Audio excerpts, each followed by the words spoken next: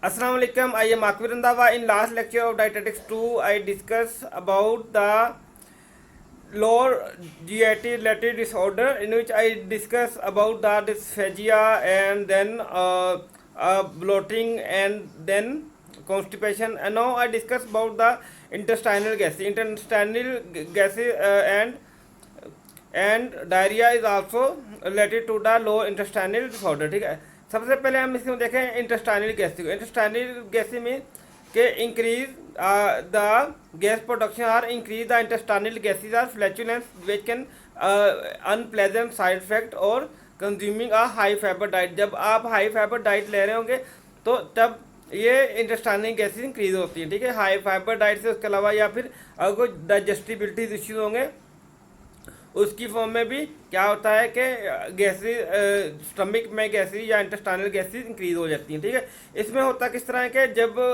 अनडाइजेस्टिबली अनसोल्युबली fibre या intake करते हैं या फिर आप जो ज़्यादा आप ऐसी डाइट यूज़ करते हैं जिसमें रिच इन का कार्ब होता है, उसकी वजह से भी ऐसा होता है कि इंटेस्टाइनल गैसेज का प्रेशर ज़्यादा हो जाता है। ठीक है, in which can lead to flatulence. It is the fermented by bacteria which is present in the intestine. ये इंटेस्टाइनल बैक्टीरिया की वजह से फर्मेंटेड होते हैं। ठीक है, और जिसकी वजह से ये इश्यूज आते हैं। ये मोस्टली ये इन कॉम्प्लिकेशंस हैं जब ये कार्बोहाइड्रेट की प्रॉपर मेटाबॉलिज्म ना हो रही हो या फिर हमारी डाइट वो रिच हो फाइबर में। ठीक है, इसके सिम्टम्स क्या हैं कि इसके ब्रोमिना ब्लोटिंग या फिर पेन स्टार्ट हो जाती है। देन ये जो फूड है लिस्ट में के ये फूड अवॉइड करने हैं जब इंटेस्टाइनल गैसेज ज़्यादा होती हैं या स्टमक गैसेज प्रेशर ज़्यादा हो। ठीक है, इसमें एप्पल है, बियर है, एप्पल बियर है, ब्रोकोली है, इसमें कैबेज है और इसमें कॉलीफ्लावर है, मिल्क पाउडर डेयरी प्रोडक्ट्स भी ज़्यादा होता है मोस्ट, जिनको लैक्टोज टॉलरेंस होता है, या फिर ओनियन है, पीज है, पोटैटोज हैं, जितने भी ये फाइबर रिच के हैं पोर्शन हैं, इसकी वजह से भी हो सकता है। ठीक है, देन क्या है कि डायरिया। डायरिया मीन के एक्सेसिव एंड जो कंटिन्यूसली जो फ्रीक्वेंसीज होती हैं स्टूल की वो ज़्यादा हो जाएं तो उसमें क्या होता है कि डायरिया होता है। कि एक नॉर्मल लिमिटेशन से अगर जो बॉल मूवमेंट है उसकी फ्रीक्वेंसी ज़्यादा हो जाए, ठीक है, उसके अलावा जो वाटरी स्टूल हो उसके उसमें क्या होता है, डायरिया हो जाता है। ठीक है, कि diarrhoea define as the increase the frequency of a bowel movement and increase in water content of the stool that can affect either the consistency or the volume of fecal output। ठीक है, अब देखेंगे जो faecal material होता है उसकी specific consistency होती है। ठीक है, उसमें फाइबर भी होता है, उसकी जिलेटिनियस स्ट्रक्चर होता है। तो अब ये क्या है कि जब वो लूज स्टूल होगा, ठीक है, जब क्या होगा कि उसमें प्रॉपर फाइबर नहीं होगा, ठीक है, उसमें इनसॉल्युबल फाइबर नहीं होगा, उसमें जो लूज कंसिस्टेंसी होगी तो उसकी फॉर्म में क्या होगा, तो फिर डायरिया होगा। ठीक है, then acute diarrhea can be lasting up to 4 to 5 days, and if it can last up to 4 to 6 weeks, it can be a chronic diarrhoea. अगर 3-4 दिन के लिए डायरियल इशू हैं तो वो होता है कि आपने कोई ऐसा फूड इंजेस्ट कर लिया होता है, ठीक है, जिसके अंदर कोई बैक्टीरिया एक्टिव होता है जिसकी वजह से, या फिर आपने कोई इंटेस्टाइनल बैक्टीरिया भी एक्टिव हो जाता है वो, जो कि आपको डायरिया काज कर देता है, या फिर आप पानी पीने से जो डिफ्थेरिया या डायरिया होता है, ठीक है, उसमें क्या होता है, जैसे वाटर में जो बोन इलनेस होती है उसमें बैक्टीरिया कुछ ऐसे होते हैं जो कि डायरिया काज करते हैं। ठीक है ना, तो ये अगर 3-4 दिन के लिए हो फिर तो हम कंसीडर करते हैं कि ये अक्यूट डायरिया है। अगर ये कि अगर इसका पीरियड लॉन्ग टर्म में अगर 4 to 6 वीक तक है तो फिर हम क्या कहेंगे कि ये क्रोनिक डायरिया है। ठीक है ना, in already discuss acute diarrhoea is a short term diarrhoea which list up to 2 week and further if it's long up to 4 week it could be a chronic diarrhea। Then diarrhea is present in the change from the normal ball movement. अब देखें ना, ball movement होती है, stool defection होती है 3 और 4 के दिन में 2 से 4 एपिसोड जो होते हैं। ठीक है, लेकिन इसमें क्या होता है कि इसमें कंटिन्यूसली बॉल मूवमेंट होती रहती है। ठीक है, इसमें जो इसकी कंसिस्टेंसी होती है वो भाई लूज कंसिस्टेंसी होती है। ठीक है, तो विच कैन एसोसिएटेड टू सीथोरिया। सीथोरिया क्या है कि जो फैटी स्टूल होता है, ठीक है, डिफिक्शन जब होती है उसमें क्या होता है कि उसकी स्लाइमी सी कंसिस्टेंसी होती है स्टूल की, ठीक है, उसे सीथोरिया कहेंगे mostly, which can lead to a bloody diarrhoea. Then इसकी ट्रीटमेंट में हम क्या देखेंगे, इसमें अब इसमें क्या है, एंटीबायोटिक है, एंटीबायोटिक है, एंटीबायोटिक एंटी डायरिया मेडिकेशन है, ठीक है, वो लेने से जिस तरह फ्लैजेल है, मोटिलियम है, इसके लेने से क्या होता है कि आपको उसकी जो इश्यूज हैं वो आप कवर कर लेते हैं, ठीक है, जो भी बैक्टीरियल होते हैं उनके वो इनएक्टिव हो जाते हैं।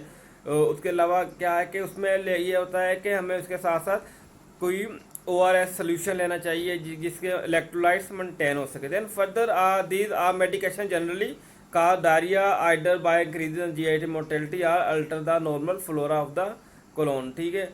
मतलब ये है कि कुछ जो एंटीबायोटिक्स ही हैं, ठीक है, वो एंटीबायोटिक्स हैं जो कि डायरिया के ट्रीटमेंट के लिए यूज़ की जाती हैं, लेकिन और कुछ ऐसी होती हैं बैक्टीरियल मोस्टली जो कि फीवर के लिए यूज़ की जाती हैं, ठीक है, पेंसिलिन है या फिर अगमेंटन है, उसके लिए इनटेक करने से क्या होता है कि डायरिया हो जाता है, ठीक है।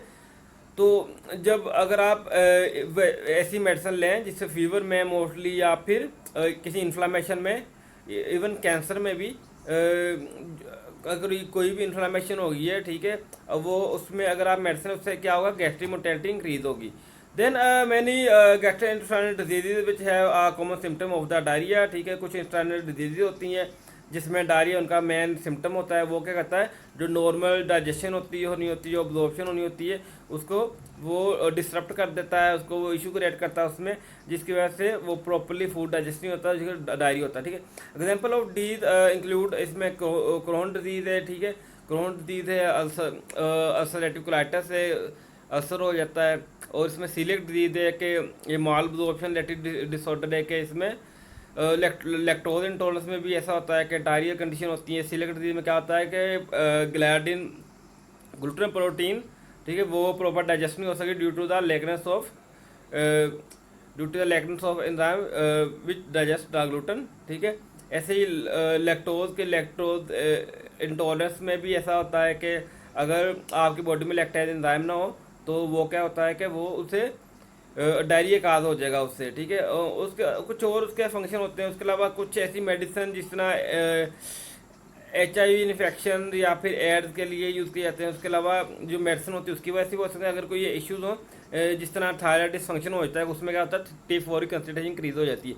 जब T4 की ट्राईआयोडोथायरीन और टेट्राआयोडोथायरीन है, जब टेट्राआयोडोथायरीन कंसंट्रेशन इंक्रीज हो जाएगी, उससे क्या होगा, मेटाबॉलिक एक्टिविटीज इंक्रीज हो जाएगी, जिसकी फॉर्म में भी क्या होगा कि डायरिया इंक्रीज हो जाएगा। और ऐसी कुछ मेलेग्नेंसीज हैं, कुछ इश्यूज हैं जिसमें डायरिया इंक्रीज हो जाता है। ट्रीटमेंट्स क्या है कि ट्रीटमेंट ये सबसे पहले है कि ये है कि इसकी जो एंटीबायोटिक है उसकी जो फ्रंट लाइन ट्रीटमेंट है, इसकी आप थ्रू एंटीबायोटिक इसकी प्रॉपर ट्रीटमेंट कर सकते हैं, ठीक है। अदर क्या है कि आपको इसके रिस्टोर करना होता है, जितने भी इलेक्ट्रोलाइट लॉस होते हैं उसको एसिड बेस बैलेंस करना होता है।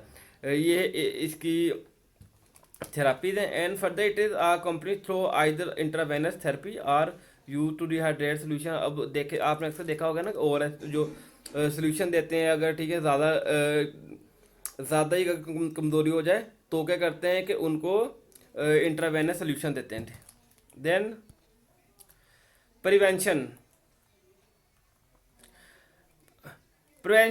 में कि हम इसको डायरेक्ट किस तरह प्रिवेंट करते हैं। There are following point on which we focus we can improve the diarrheal condition, ठीक है। इसमें एक तो ये है कि we have to access clean water and sanitary condition, कि एक जितने भी डायरियल कंडीशन आती हैं, मोस्टली अगर हम एक जगह से दूसरी जगह मूव करें तो वहाँ का जो वाटर होता है, ठीक है, या अगर हम कंटेमिनेटेड वाटर इंटेक कर लें जिनका स्टमक सेंसिटिव होता है, ठीक है, वो उनको सडन डायरिया क्रिएट हो जाता है।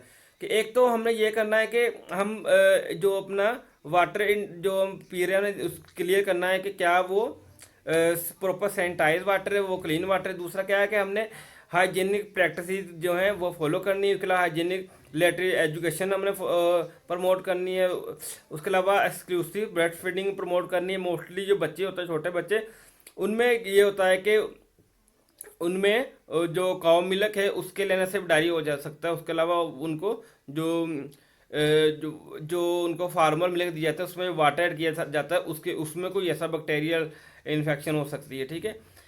ऐसे ही क्या वीनिंग की प्रैक्टिस हमने इम्प्रूव करनी है। वीनिंग में ये है कि आपको एक टाइम पे एक फ्रूट्स या वेजिटेबल बच्चों को इंट्रोड्यूस करनी चाहिए, ठीक है। उससे हमें आइडिया हो जाता है कि अगर किसी बच्चे को किसी भी स्पेसिफिक एलर्जी होगी किसी भी स्पेसिफिक टाइप ऑफ डाइट से, तो हम उसे ओमिट कर सकते हैं, ठीक है। ऐसे फर्दर इम्यूनलाइजिंग द ऑल चिल्ड्रन, हमें बच्चों को प्रॉपर इम्यूनलाइज करना है, ठीक है, किसी भी इन्फेक्शन के अगेंस्ट। उसके अलावा क्या है कि जितना फूड इंटेक कर रहे हैं उसको क्लीन रखना है, और वॉशिंग हैंड प्रैक्टिस हमने चूज करनी है। देन के हमने जितना भी वेस्ट हो उसे हमने डिपॉजिट कर देना है, ठीक है। Nutrition management for the diarrhoea, when completing the nutrition assessment of the patient with the diarrhea, it is especially important to review the following types of assessment data, कि जब हम किसी डायरिया के पेशेंट को रिव्यू कर रहे होते हैं, ये फॉलोइंग ये पैरामीटर्स हैं जिनकी बेस पे हम जिनको हमने चेक करना होता है, ठीक है। एक तो ये देखना होता है कि उनमें फ्लूइड और बेवरेज टेक कितना, उससे हमें आइडिया होता है अच्छा इनमें लॉस कितना हुआ होगा, ठीक है। दूसरा क्या है कि इनमें एनर्जी और मिनरल का इंटेक कितना है, और जो उसके अलावा हमें देखने की मेडिसिन और या हर्बल सप्लीमेंट जो ये यूज़ करें, और अगर वो क्रोनिक डायरिया में हमने कहना अच्छा लास्ट 6 मंथ से वो कितना वेट इंक्रीज हुआ, और हमने इनकी ब्लड जो प्रोफाइल लेवल होती है उनमें स्पेशली जो जो होते हैं इलेक्ट्रोलाइट्स के होते हैं, उसमें देखना है क्या होता है कि मिनरल कंटेंट साल्ट कंटेंट का कितना उसमें डिक्रीज हुए हैं, ठीक है। देन क्या है कि हमने उनकी फिजिकली फाइंडिंग लेनी है कि उनके जो कि उनकी स्किन से रिलेटेड या फिर उनके जीआई रिलेटेड होंगे, ठीक है। देन क्या क्या अगर वो सर्जिकल इश्यूज हैं तो उनके पोस्ट सर्जिकल हमने उसकी असेसमेंट करनी है। Then medical therapy nutrition therapy, medical nutrition therapy हमें दो मेन प्रिंसिपल है। एक तो ये है कि हमने उसकी जो डिजीज़ की कंडीशन है उसको इम्प्रूव करना है, दूसरा उसके इलेक्ट्रोलाइट इम्प्रूव करने हैं, ठीक है। जब किसी पेशेंट को डायरिया होता है उसको में ये दो चीज़ें देखी जाती हैं। The current practice recognise the importance of the stimulation of the gastrointestinal tract by feeding the patient the speed recovery of damaged cell. In addition, clear liquid are typically high in simple sugar which increase the osmolarity of the gastrointestinal tract. This cause actually may cause the diarrhea buzz, ठीक है। एक तो हमने ये देखना है कि जो सिंपल शुगर है हमने उससे अवॉइड करना है, ठीक है। सिंपल शुगर से भी डायरिया हो सकता है, ठीक है। उसके अलावा वाटर रिड्यूसिंग जो शुगर होती हैं उससे हमने अवॉइड करना है कि क्योंकि उसके उसमें कई शुगर हैं जो कि water reducing. Then already overall solution already solution है, ठीक है। उससे हमने इलेक्ट्रोलाइट बैलेंस करने के लिए हमने ओरल डिहाइड्रेटेड सोल्यूशन प्रॉपर लेना, ठीक है। देन न्यूट्रिशन थेरेपी करनी है प्रॉपर कि उसकी एक तो उसकी मोटेलिटी डिक्रीज हो जाए, ठीक है। उसमें हमने क्या करना है कि हमने हाई शुगर को अवॉइड करना है, ठीक है। उसके अलावा सिंपल शुगर उसको अवॉइड करना है हमें, और अल्कोहलिज्म को अवॉइड करना, उसको कैफीन जो जिसके गैस्ट्रिक मोटेलिटी इंक्रीज होती है उससे अवॉइड करना है, गैस प्रोड्यूसिंग जितने फूड्स होंगे उससे अवॉइड करना है। देन जितनी भी सोर्सेज होंगी उससे हमने अवॉइड करना है, क्योंकि उससे भी जो सोर्सेज होती हैं सोर्सेज से भी क्या होता है कि गैस्ट्रिक मोटेलिटी इंक्रीज हो जाती है, ठीक है। मतलब आपने इसमें वो फूड अवॉइड करना है जो कि गैस्ट्रिक मोटेलिटी को इंक्रीज कर देते हैं, ठीक है। एंड फर्दर जो बच्चे होते हैं, ठीक है, उसमें हमने स्टैंड बनाना, एप्पल सॉस ब्रेड डाइट करनी है यूज़ करनी है। मैं एक बड़ी स्पेशल डाइट यूज़ की थी ब्रेड डाइट। ब्रेड डाइट होती है banana rice apple sauce and toast bread, ठीक है। इस वैसे 4 चीज़ें हैं कि जब किसी भी पेशेंट को डायरिया होगा या वैसे नॉर्मल पर्सन को डायरिया होता है, आपने इनमें 4 चीज़ आइडेंटिफाई करनी है, बनाना राइस एप्पल सॉस और टोस्ट ब्रेड, ठीक है। इनके अलावा आपने अवॉइड करना है 3-4 दिन तक, तो आप यही इन्हें इंट्रोड्यूस करें, ठीक है। और दूसरे हमने क्या करना है कि अगर उसको कोई भी न्यूट्रिएंट डेफिशिएंसी हो रही है तो हमने उनको सप्लीमेंट प्रोवाइड करने हैं। देन मेडिकल न्यूट्रिशन थेरेपी में है कि अगर उसको लो इंटेस्टाइनल रिलेटेड इश्यूज हैं तो उसमें क्या होता है, हमने प्रोबायोटिक फूड उन्हें लाइव कल्चर योगर्ट की फॉर्म में प्रोवाइड करना है, ठीक है, क्योंकि योगर्ट में प्रोबायोटिक्स होते हैं। उसके अलावा हमने इन्हें प्रीबायोटिक प्रोवाइड करने हैं, ठीक है, an form of carbohydrates preferably banana के through. Then medical nutrition therapy, ये हम किस तरह इसको मैनेज कर सकते हैं। जो हमारे पास कोई डायरिया का पेशेंट आएगा, हमने सबसे पहले टारगेट करना है मिल्क ग्रुप में। मिल्क ग्रुप में देखना है कि जो रिकमेंडेड फूड कौन कौन से हैं, ठीक है। रिकमेंडेड फूड में है कि बटर मिल्क दे सकते हैं, एवापोरेटेड मिल्क दे, लो फैट मिल्क दे सकते हैं, योगर्ट दे सकते हैं, चीज़ दे सकते हैं, लेकिन जो कोटे चीज़ होती है होममेड चीज़, ठीक है। वाइट क्या करना है, होल मिल्क वाइट करना है, ठीक है। और जो रेगुलर क्रीम मिल्क वो वाइट करना है, नट्स ड्राई फ्रूट वाइट करना है, ठीक है। ऐसे ही मीट है, जो मीट में ये है कि जो टेंडर मीट है, कुकड मीट है, पोल्ट्री फिश एग, ये हम दे सकते हैं, ठीक है। अगर इस किसी से किसको एलर्जी है फिर वो उसमें नहीं दे सकते। और बाकी जो बाकी जो भी हैं, जिस तरह नट्स हैं, कुछ फैटी मीट्स हैं, फैटी मीट जंक मीट से हमने अवॉइड करना है। ऐसे ही ग्रैन ग्रैन में हमने होल ऐड करना है, हमें सिंपल शुगर से अवॉइड करना है, ठीक है। ऐसे ही है वेजिटेबल। वेजिटेबल में क्या करना है कि जो वेल कुक्ड वेजिटेबल्स होंगी, ठीक है, विदाउट सीड्स हमने वो ऐड करनी है। पोटैटो विदाउट स्किन ऐड कर सकते हैं, ठीक है, लेट्यूस ऐड कर सकते हैं। रॉ वेजिटेबल ऐड नहीं करनी क्योंकि उनमें जो बैक्टीरिया होते हैं वो एक्टिव फॉर्म में होते हैं, ठीक है। उसके अलावा कैबिज, कॉलीफ्लावर, टर्निप नहीं ऐड कर सकते हैं क्योंकि इससे गैस प्रोड्यूस होती है, गैसी प्रोड्यूस, इसमें फ्लैचुलेंसी का इश्यू होता है। ऐसी फ्रूट्स हैं, फ्रूट्स जो है उसको विदाउट पल्प हम उन्हें दे सकते हैं, ठीक है। एक्सेप्ट प्रून प्रून जो जूसेस हैं उसको हम नहीं दे सकते, ठीक है। राइप बनाना दे सकते हैं, मेलन दे सकते हैं। और उसमें रॉ फॉर्म में हमें कोई उसने फ्रूट नहीं देना डायरी के पेशेंट को, ठीक है। देन क्या है कि ड्राइड फ्रूट्स इंक्लूडिंग जो प्रून है, रेजिन है, वो ड्राई फ्रूट तो इन्होंने वैसे ही हमने नहीं देने। देन क्या है बेवरेज में। बेवरेज में ये है कि जितनी डीकैफिनेटेड बेवरेज हैं, ठीक है, कैफीन फ्री जो बेवरेज हैं, कैफीन फ्री टीज हैं, वो हम इन्हें दे सकते हैं उससे। और जो रिहाइड्रेटेड सोल्यूशन होते हैं वो दे सकते हैं। उसके अलावा जितने कैफिनेटेड बेवरेज हैं, ठीक है, या फिर वो कैफीन कंटेनिंग कॉफ़ी हैं, ठीक है, कोल्ड ड्रिंक से उससे अवॉइड करना है, ऐसे अल्कोहलिक से अवॉइड करना है क्योंकि उससे गैस्ट्रोमोटिलिटी इंक्रीज होती है। Then limit fairs are less than 8 teaspoon per day. Then list which food may worsen the symptom of the diarrhea and food which can may lessen the diarrhea function। सबसे पहले है कि एप्पल जूस अवॉइड करना क्योंकि उससे stomach pH increase होती है, ठीक है, उससे जीआईटी मोटेलिटी इंक्रीज होती है। कैफीन रिलेटेड जितनी प्रोडक्ट्स हैं वो आपने अवॉइड करनी है क्योंकि कैफीन से भी गैस्ट्रो मोटेलिटी इंक्रीज होती है। जैसे कॉफ़ी है, डेट्स हैं, ड्राई फ्राइड फूड्स हैं, ठीक, फ्रुक्टोज सिरप्स जो होते हैं। उसके अलावा ग्रेप्स हैं, हनी है, मिल्क है, क्यों हनी से में भी ऐसे उसमें सेल्मोनेला हो सकते हैं, लिस्टीरिया मोनोसाइटोजेनोसिस हो सकते हैं कि उसमें बैक्टीरियल एक्टिव हो सकते हैं, ठीक है। मिल्क है, मिल्क प्रोडक्ट्स हैं, वो हमने ट्राई करना है, हमने लो फैट मिल्क दें। बाकी प्रून जूस नहीं हम दे सकते, शुगर फ्री कैंडीज नहीं दे सकते, ठीक है। अब दे क्या सकते हैं उन्हें, एप्पल सोसी दे सकते हैं, बनाना दे सकते हैं, बार्ले जो दे सकते हैं, चीज़ दे सकते हैं, होममेड चीज़ दे सकते हैं, और ब्रेन दे सकते हैं, और मीट दे सकते हैं, पोटैटो दे सकते हैं, राइस, देन उसमें जो योगर्ट उन्हें हम दे सकते हैं, ठीक है। इसके अलावा हमने इन्हें जितना भी अदर फूड है उससे हमने प्रिवेंट करना है, ठीक है, इन्हें नहीं देना। ओके, अल्लाह हाफिज़।